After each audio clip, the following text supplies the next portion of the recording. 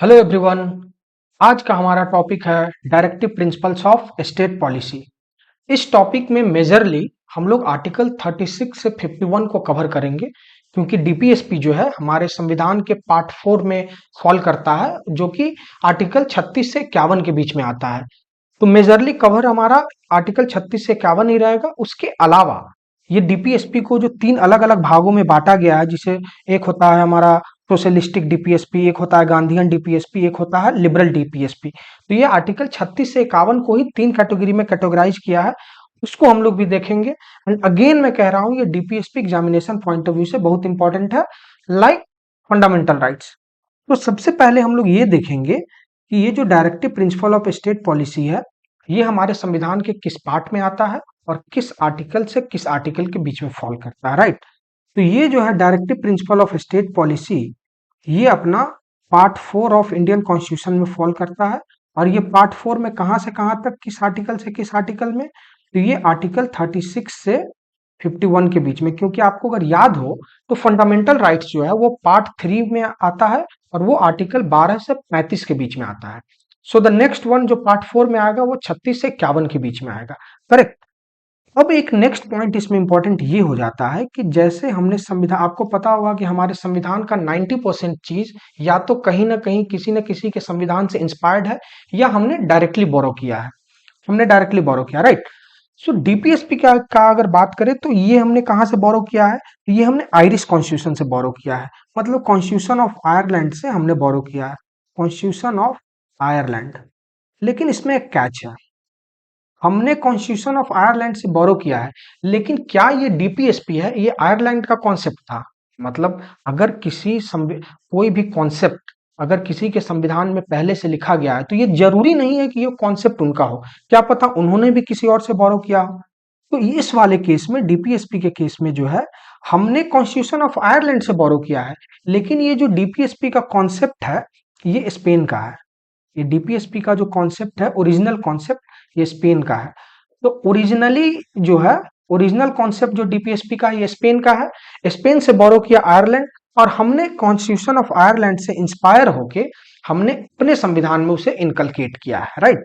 सो कई बार एग्जाम्स में अगर पूछा जाए तो आपको कंफ्यूज नहीं होना है कि हमने डीपीएसपी कहाँ से बोरो किया है, तो आयरलैंड से। बट अगर ये पूछा जाए कि ये डीपीएसपी जो आइडिया है, ये कॉन्सेप्ट है कि directive principle of state policy का जो कॉन्सेप्ट है, ये ओरिजिनल कहाँ का है, तो ये स्पेन का है। ये डिफरेंस जानना जरूरी है। इसमें एक और इंपॉर्टेंट पॉइंट ये हो जाता है कि जैसे फंडामेंटल राइट्स में ये कहा जाता है कि फंडामेंटल राइट्स जुडिशिएबल है या जस्टिसिएबल है। मतलब ये होता है कि अगर आपका फंडामेंटल राइट्स वायलेट होता है तो आप कोर्ट में जा सकते हैं, आप जुडिशियल सीख ले सकते हैं, जुडिशियल हेल्प ले सकते हैं, और कोर्ट आपको हेल्प करेगी क्योंकि वो आपको वायलेशन हुआ है। बट डीपीएसपी के केस में एग्जैक्टली अपोजिट है। डीपीएसपी ये कहता है कि डीपीएसपी ना तो जस्टिसिएबल है ना ही जुडिशिएबल है, मतलब दोनों का मीनिंग ऑलमोस्ट सेम है।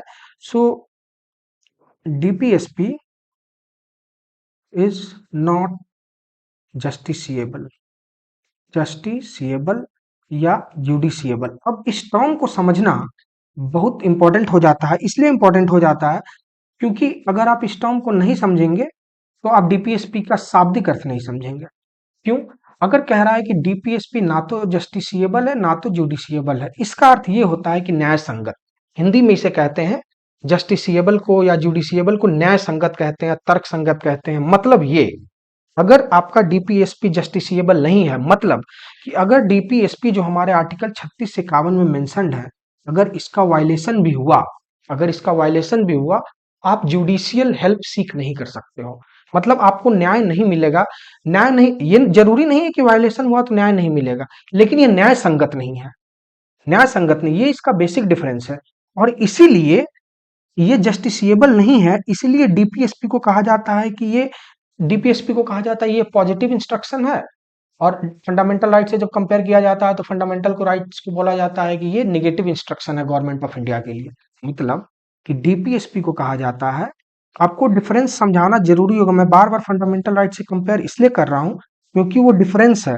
अक्सर जब आपको डीपीएसपी के बारे में अगर स्टेटमेंट वाइज 3-4 स्टेटमेंट दे के पूछ लेगा तो आप समझोगे कि ये फंडामेंटल राइट्स के बारे में बता रहा है, क्योंकि एक थिन लाइन है, थिन डिफरेंस है।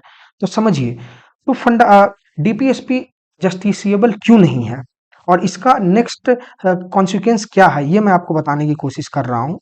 तो डीपीएसपी जो है इसे कहा जाता है कि बेसिकली ये पॉजिटिव है, ये पॉजिटिव है। लेकिन अगर फंडामेंटल राइट्स की बात करें, अगर फंडामेंटल राइट्स की बात करें तो इसे बोला जाता है कि निगेटिव है। क्यों कहा जाता है, इस चीज को समझिए, इस डिफरेंस को आपको समझना होगा कि फंडामेंटल राइट्स को क्यों निगेटिव बोला जाता है और डीपीएसपी को क्यों पॉजिटिव बोला जाता है। अब आप ध्यान देंगे कि जैसे फंडामेंटल राइट्स के आर्टिकल 12 से 35 में जो जो चीज लिखा गया आप एक बार रिकॉल कीजिए और देखिए, उसमें ये लिखा गया है कि आपको डिस्क्रिमिनेशन नहीं करना है, उसमें ये लिखा गया है कि आपको इनइक्वालिटी नहीं करना है, उसमें ये लिखा गया है कि आपको चाइल्ड लेबर को प्रमोट नहीं करना है। मतलब उसमें क्या नहीं करना है, क्या वायलेट नहीं करना है, उसके बारे में जिक्र है। वेरस जब आप डीपीएसपी में आगे बताऊंगा, जब आप आर्टिकल 36 से 51 में देखेंगे तो उसमें बताया है कि हमें इक्वालिटी मेंटेन करने के लिए, हमें डिस्क्रिमिनेशन को कॉम्बैट करने के लिए क्या क्या करना होगा। सो क्या डूज है, क्या डूज है यहाँ लिखा है एंड क्या डोंट्स है यहाँ लिखा है। मैं अगर एक लाइन में आपको बोलूं तो डूज एंड डोंट्स है बेसिकली।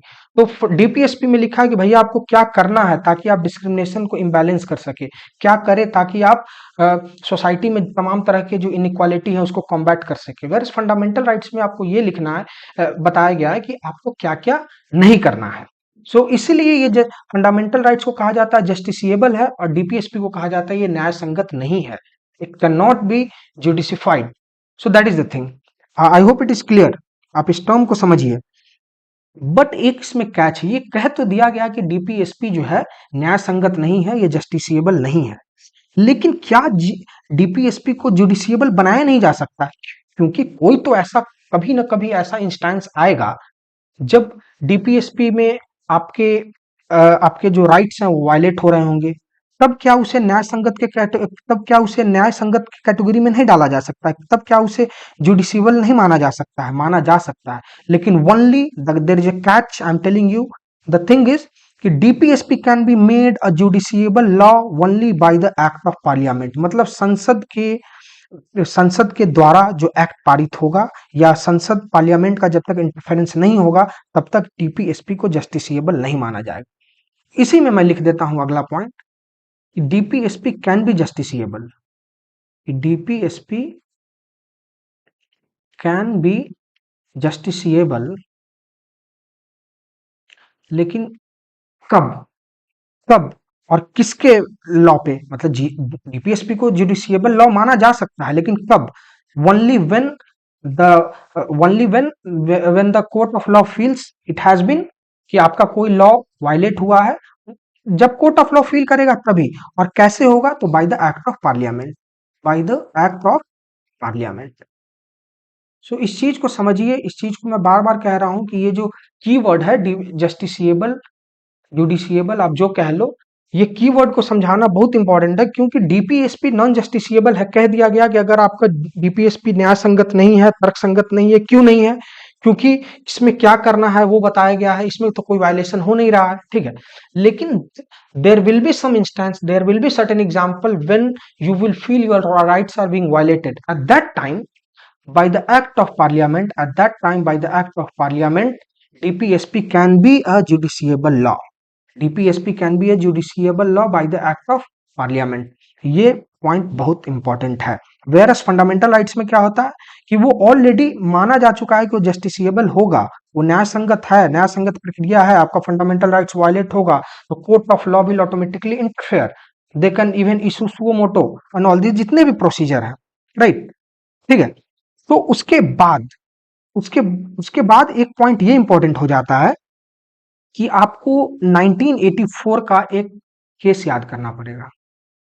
एक एग्जाम्पल है बेसिकली कि 1984 में क्या, इसी से रिलेटेड है कि जुडिशियबल है क्यों नहीं जुडिशियबल है, से रिलेटेड है। बस उससे पहले वो मैं आपको बताऊंगा कि 1984 में क्या हुआ था, तमाम तरीके की चीज। बस उससे पहले एक केस है जो कि 1952 में हुआ था, बहुत फेमस केस है, जो कि सी Dorairajan versus union of India है, जिसे उनका पूरा नाम शायद चंपकम दोराईराजन था, yes.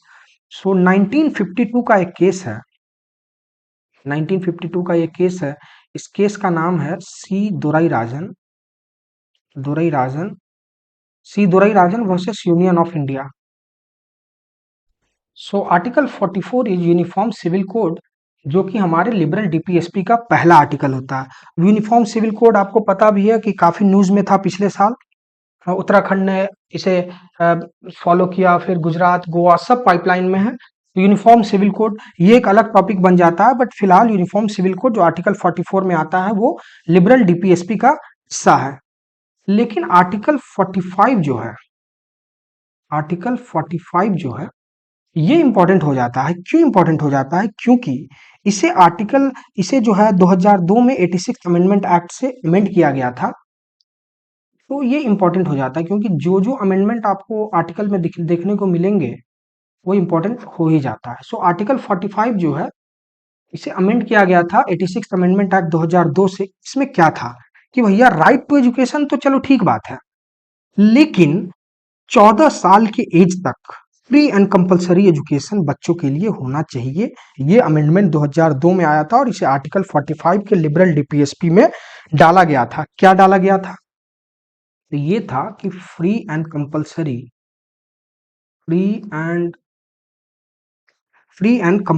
Education for all. So free and compulsory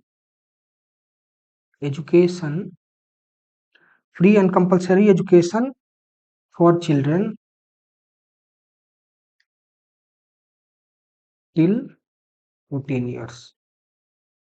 तो आप 14 साल तक आपको फ्री भी रहेगा एजुकेशन एंड कंपलसरी भी रहेगा, जो कि मतलब ऐसे भी कई जगह लिखा रहता है कि free and compulsory education for children till 14 years और क्लास 8। मतलब या तो 14 साल तक फ्री होगा या क्लास 8 तक। इसलिए क्लास 8 तक सारे बच्चों को कंपलसरी एजुकेशन है and obviously it's free. So next one is, इसी में लिबरल डीपीएसपी का नेक्स्ट आर्टिकल होगा आर्टिकल 48। आर्टिकल 48 किस चीज के बारे में डिस्कस करता है? ये कहता है कि एनिमल हस्बेंड्री, आपको सबको पता होगा, तो एग्रीकल्चर है ना, एनिमल हस्बेंड्री को डिस्कस करता है। So article 48 agriculture and animal husbandry. लेकिन अरे यार हस्बेंड्री, लेकिन इसमें एक चीज है कि आर्टिकल 48 है अपना, वो 42nd अमेंडमेंट एक्ट से इसे संशोधित करके एक चीज और ऐड किया गया था। तो ये था आर्टिकल में 48 में एक क्लॉज ए ऐड किया गया। और ये आया किस एक्ट से? तो 42nd अमेंडमेंट एक्ट से आया। और ये था क्या? क्योंकि मैंने 48 में क्या बताया कि एग्रीकल्चर एंड एनिमल हस्बेंड्री होगा, लेकिन 48 ए में जो कि अमेंडमेंट एक्ट से आया, 42nd अमेंडमेंट एक्ट से, उसमें स्पेसिफिकली कहा गया कि भैया आप जो है ना फॉरेस्ट एंड वाइल्ड लाइफ को सेफ गार्ड करेंगे। तो इसमें आ गया कि सेफ गार्ड किस किस चीज को सेफ गार्ड करेंगे? तो फॉरेस्ट एंड वाइल्ड लाइफ। तो आर्टिकल 48 ए किस चीज के बारे में बोलता है? ये बोलता है कि भैया आपको सेफगार्ड करना पड़ेगा forest as well as wildlife, जो कि 42nd अमेंडमेंट एक्ट से आ चुका था। राइट। सो नेक्स्ट आर्टिकल पे चलेंगे, जो कि लिबरल डीपीएसपी में नेक्स्ट आर्टिकल आता है, वो 48 ए के बाद आ जाएगा 49। आर्टिकल 49 इसमें आ जाएगा। अब आर्टिकल 49 के बारे में था कि भैया जितने भी मोनूमेंट्स हैं या जिनका हिस्टोरिकल रेफरेंस है, जैसे for example red fort, Taj Mahal, Qutub Minar, ये सब हिस्टोरिकल इंटरेस्ट के हैं मोनूमेंट्स। तो इन सब प्रिजर्व करना होगा। किसे? We the people of India, हम भारत के लोग, हमें ही प्रिजर्व करना पड़ेगा। तो इसलिए इसे मैं शुरू में जब बताया कि ये डीपीएसपी एक positive instruction on government of India है, तो इसलिए मैं बताया क्योंकि इसमें कहा क्या जा रहा है कि भैया आपको आर्टिकल 49 में क्या कह रहा है? कह रहा है कि you have to preserve the monuments of historical interest. ठीक है। तो आर्टिकल 49 में कहता है कि प्रिजर्व, अरे यार एक मिनट, प्लीज, आर्टिकल 49 में बता रहा हूँ ना। हाँ, प्रिजर्व, दिमाग ऑफ हो जाता है कभी कभार। So preserve monuments of historical interest.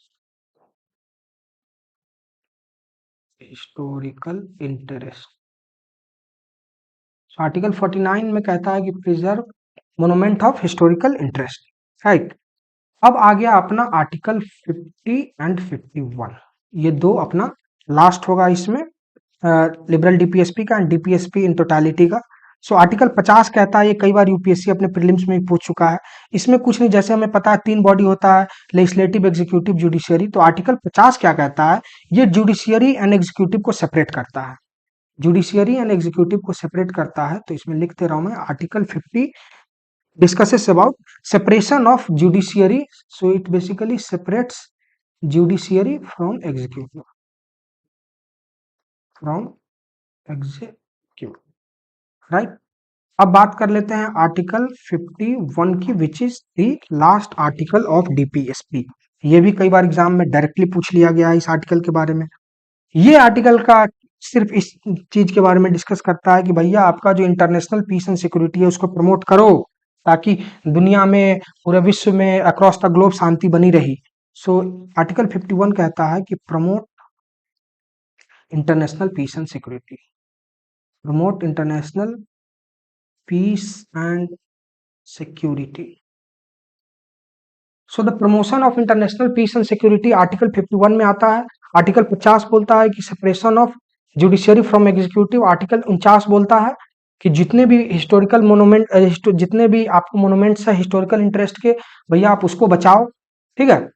Article 44 क्या कहता है, आर्टिकल 44 यूनिफॉर्म सिविल कोड के बारे में है।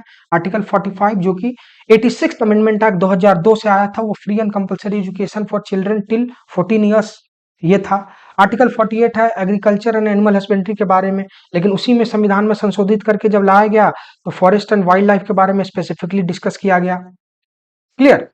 आर्टिकल क्या बोलते हैं कि गांधीयन डीपीएसपी के बारे में अगर डिस्कस कर ले तो सबसे पहला आर्टिकल क्या था कि आर्टिकल 40 जो कि विलेज पंचायत के बारे में डिस्कस करता है। ये कहता है कि आपको ऑर्गेनाइज करना पड़ेगा कोई भी विलेज पंचायत। आर्टिकल 43 की बात कर ले तो ये कॉटेज इंडस्ट्री के बारे में स्पेसिफिकली डिस्कस करता है। लेकिन आर्टिकल 43 में ही 97th अमेंडमेंट एक्ट 2011 से क्लॉज बी जब ऐड किया गया तो उसमें इंक्लूजन ऑफ कोऑपरेटिव सोसाइटी आया। जैसे inclusion of Panchayati Raj system आया, इंक्लूजन ऑफ म्यूनिसिपैलिटी आया, फिर इंक्लूजन ऑफ कोऑपरेटिव सोसाइटी आ गया। किस अमेंडमेंट एक्ट से आया, 97th अमेंडमेंट एक्ट 2011 से आया। क्लियर। आर्टिकल 46 की बात कर ले तो ये specifically because they are set to be the downtrodden community of our society, इसलिए article 46 specifically SC ST promotion के बारे में डिस्कस करता है, राइट। आर्टिकल 47 की बात कर ले तो provision of liquor and intoxicated drugs, इसलिए गांधीयन फिलोसफी में है ऑब्वियसली। आर्टिकल 48 की बात कर ले तो किसी भी तरीके के कैटल या काउस के स्लॉटर को प्रोहिबिट करने की बात करता है, वो आर्टिकल 48 के गांधीयन डीपीएसपी के कैटेगरी के अंदर फॉल करता है। सोशलिस्टिक डीपीएसपी की बात कर ले तो उसमें 2 क्लॉज है। क्लॉज 1 ये कहता है कि भैया आपको एक सोशल ऑर्डर क्रिएट करना पड़ेगा, एक सामाजिक ढांचा क्रिएट करना पड़ेगा, किसके लिए, तो जनता के भलाई के लिए, for the welfare of people. इसके लिए आपको एक सामाजिक ढांचा क्रिएट करना पड़ेगा। इसका क्लॉज 2 ये कहता है कि इनकम इनइक्वालिटी को एड्रेस करता है। इनकम इनइक्वालिटी जो सोसाइटी में एग्जिस्ट कर रहा है वो नहीं होना चाहिए, राइट। 39 के अंदर अगेन मैं बताया कि ये बैकबोन है, ये बैकबोन आता किस कैटेगरी में है, तो सोशलिस्टिक डीपीएसपी के अंदर आता है। क्लियर। तो इसमें जो सबसे पहला क्लॉज ए है वो ये कहता है कि सबके लिए लाइवलीहुड होना चाहिए, जीवन यापन करने का सहारा सबको मिलना चाहिए, ठीक है। दूसरा कहता है जितने भी रिसोर्सेस हैं उसका इक्वल डिस्ट्रीब्यूशन होना चाहिए, बी कहता है। क्लॉज सी कहता है कि भैया आप जब आप रिसोर्सेस को डिस्ट्रीब्यूट कर दिए हो तब तो कॉन्सेंट्रेशन ऑफ वेल्थ किसी एक दो लोगों के पास नहीं होगा ना, राइट। सो इसलिए ये कहता है कि prevention of concentration of wealth, किसी एक दो या चंद लोगों के पास वेल्थ कंसंट्रेट नहीं होना चाहिए, उस चीज को प्रिवेंट करना है, ये आर्टिकल 39 क्लॉज सी कहता है। आर्टिकल 39 डी कहता है कि equal pay for main and women, और ये सब नॉन जुडिशियबल है, मतलब न्याय संगत नहीं है, मतलब आप कोर्ट में नहीं जा सकते इस चीज के लिए। जा सकते हो special bye the act of parliament, जब वो स्पेशल लॉ बनेगा तब। 39 ई के बारे में बात कर ले तो ये कहता है कि वर्कर हो या चिल्ड्रन हो उसके हेल्थ के बारे में डिस्कस करता है।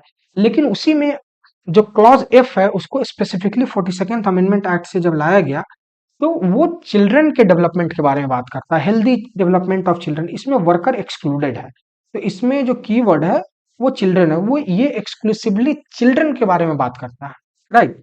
अगेन आर्टिकल 39 तक हमने देखा, लेकिन 39 ए जो कि 42nd अमेंडमेंट एक्ट से आया, ये कहता है कि ये जुडिशियल रिफॉर्म था जिसमें कहा गया कि equal justice and free legal aid for all. सबको न्याय, बराबर न्याय मिलेगा। और अगर आपके पास न्याय लेने के लिए कोर्ट में जाने के लिए पैसे नहीं है, लीगल एड के लिए वकील को देने के पैसे नहीं है, तो आपको सरकार वकील मुहैया कराएगी, मतलब फ्री लीगल एड आपको मिलेगा। ठीक है। आर्टिकल 41 में कहता है कि right to work, education and public assistance, आपको शिक्षा का अधिकार, आपको काम करने का अधिकार, आपको पब्लिक असिस्टेंस का अधिकार मिलेगा। इस चीज को अगेन सोशलिस्टिक डीपीएसपी में डाला गया है। ठीक है। ये आर्टिकल 41 में अपने आ गया सोशलिस्टिक डीपीएसपी के, ये इंपॉर्टेंट हो गया। अब बात कर ले तो आर्टिकल 42 में कि भैया चलो राइट टू वर्क तो आपने दे दिया, लेकिन जहां मैं अपना काम करने जाऊंगा क्या वो ह्यूमन कंडीशन में है? वहां वहां पे मनुष्य के काम करने के तरीके, मनुष्य के काम करने के लिए वहां के कंडीशन सही है, ह्यूमन कंडीशन में है? ठीक है। तो इस चीज के बारे में डिस्कस करेगा। अगेन विमेन जो काम कर रही है, लेबर है, एम्प्लॉय है कहीं की, उनके मैटरनिटी रिलीफ के बारे में कौन बात करेगा? तो आर्टिकल 42 में डिस्कस्ड है already, human condition of work and maternity relief. तो आर्टिकल 42, इसलिए ये सब सोशलिस्टिक डीपीएसपी में क्यों आ रहा है? क्योंकि ये सामाजिकता है कि आप किसी को अपने काम पे रखो, वो काम करने की जगह सुचारू रूप से ठीक होना चाहिए। कि क्या ये सामाजिकता नहीं है? अगर कोई महिला प्रेग्नेंट है और आप उसको 7वें 8वें महीने में भी उसे काम पे बुला रहे हो, if she is your employ, then क्या वो सामाजिक, is that a part of social justice? No, you can not call her because she is going to give birth after 1 or 2 month। So maternity relief का discussion होना चाहिए। तो जितने भी आपको कैटेगराइजेशन है, वो कैटेगराइजेशन है उनकी आइडियोलॉजिकल कैटेगराइजेशन है, उनके आइडियोलॉजी के बेसिस पे उस चीज को कैटेगराइज किया गया है। इस चीज को आप ध्यान देंगे, जितने भी है, चाहे वो लिबरल डीपीएसपी में उनके तमाम तरीके के जो आर्टिकल्स हैं, जैसे जैसे मैं उदाहरण के तौर पे मान लूं कि आर्टिकल 44 ही सबसे पहले मानूं, ये कहता है यूसीसी के बारे में, राइट। अब आप देख लो कि आर्टिकल 44 कह दिया यूसीसी के बारे में, और आर्टिकल 50 कह दिया कि separation of judiciary from executive, executive and judiciary का सेपरेशन होगा। ये सब लिबरल विचारधारा का है कि this has to be independent, this has to be independent. UCC कि कॉमन सिविल कोड आना चाहिए irrespective of your religion. This all are liberal ideology. Gandhian ideology में अगर आप आ गया कि आप विलेज पंचायत ऑर्गेनाइज करो, आप SC ST का प्रमोशन करो, आप लिक्कर एंड इंटॉक्सिकेटेड ड्रग को प्रोहिबिट करो, तो ये गांधी जी का आइडियोलॉजी है। सोशलिस्टिक डीपीएसपी मतलब समाज में जितने तरह की कुरीतियां हैं, उन चीजों के अगर काउंटर आप कर रहे हो तो वो सोशलिस्टिक डीपीएसपी में आएगा। तो कुल मिला के अगर आपको आर्टिकल 36 से 51 पता है क्या है, तो आप कैटेगराइज कर लोगे अगर आप इस चार्ट को एक बार भी देखे हो तो। क्लियर? सो आर्टिकल 43 ये कहता है कि social and cultural opportunity of worker and decent standard of life for them. मतलब आपको सामाजिक और उसका जो कल्चरल अपॉर्चुनिटी है वो आप उससे नहीं छीन सकते। अपार्ट फ्रॉम दैट, वो वर्कर है, लेबरर है, but everybody has their decent standard of living, so you have to talk about that, right.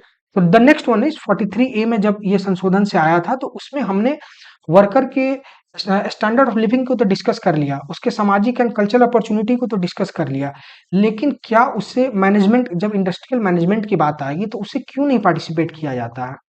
तो पहली बार आर्टिकल 43A में उसे संशोधित करके ये कहा गया कि everybody has the right to participate in the industrial management if he और she is your employee slash labour slash worker, whatever it is.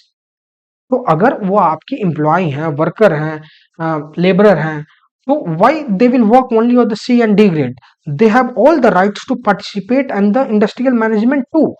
So it was discussed for the first time in Article 43A, right? I hope it is clear.